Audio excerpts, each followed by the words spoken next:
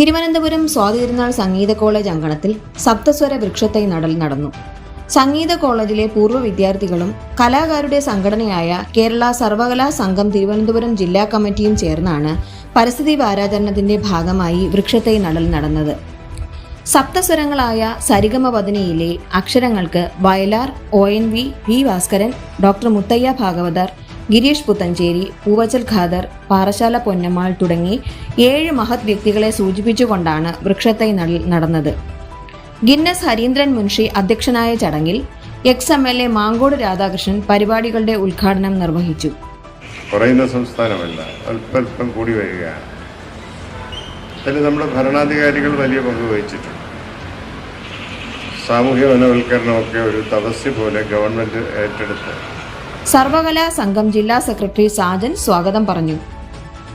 ചടങ്ങിൽ സംഗീത കോളേജിലെ പൂർവ്വ വിദ്യാർത്ഥികളായ പന്തളം ബാലൻ, കല്ലറ ഗോപൻ, ശ്രീറാം, ജിമ്മി ജേക്കബ് തുടങ്ങിയവർ പങ്കെടുത്തു.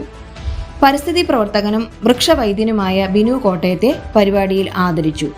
സംഗീത കോളേജ് പ്രിൻസിപ്പൽ ശ്രീമതി വീണ, ഗായകൻ റാണ, സർവകലാ സംഘം ജില്ലാ ജോയിന്റ് സെക്രട്ടറി സതീഷ് ബാബു, സർവകലാ സംഘം ജില്ലാ വൈസ് പ്രസിഡന്റ് ശുഭ വയനാട്, സർവകലാ സംഘം വൈസ് പ്രസിഡന്റ് ഗോപൻ സാഗരി തുടങ്ങിയവർ ആശംസകൾ അറിയിച്ചു.